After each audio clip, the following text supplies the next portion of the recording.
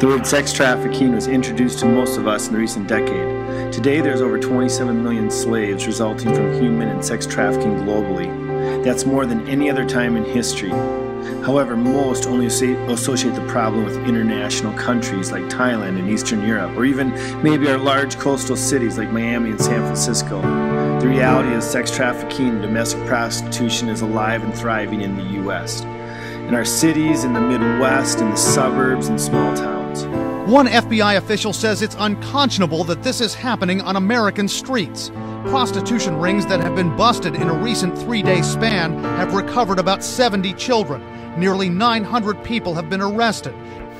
Stalking girls at schools and malls only to sell them for sex. It isn't happening in another country. It's happening right here in Minnesota. We uncover why the state is struggling to fight human trafficking. One of the things you need to let everybody know is the age of these girls. The youngest girl that I interviewed who sold her virginity was 11. And she turned to prostitution at the age of 14. 14 years old. 19. The average American lives 19 miles from daily sex trafficking. 13. In the United States, 13 is the average age of entry. 20,000. Unfortunately, the heartland is well represented with 20,000 homeless youth annually in Minnesota alone. 48.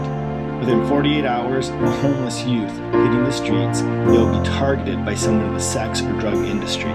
What may even be sadder than these realities is that the U.S. does not equate to providing opportunities to get out.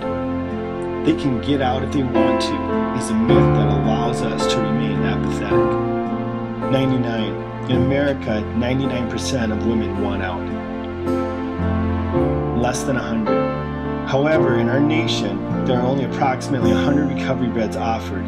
More than 80% of the U.S. cities have none.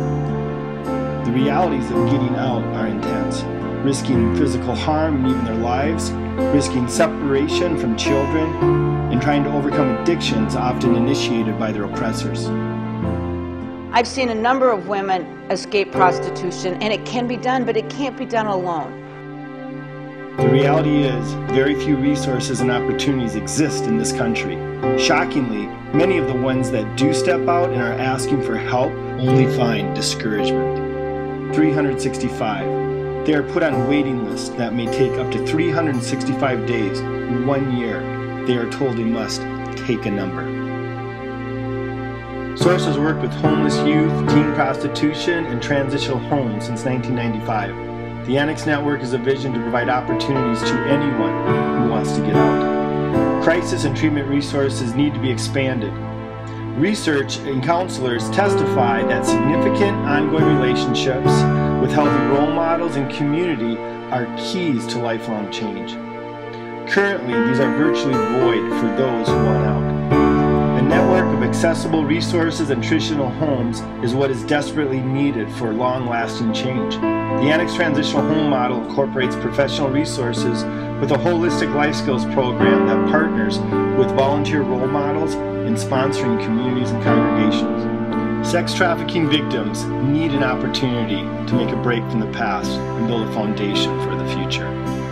Be a part of providing opportunities to those in bondage right here in the USA. In our own backyard.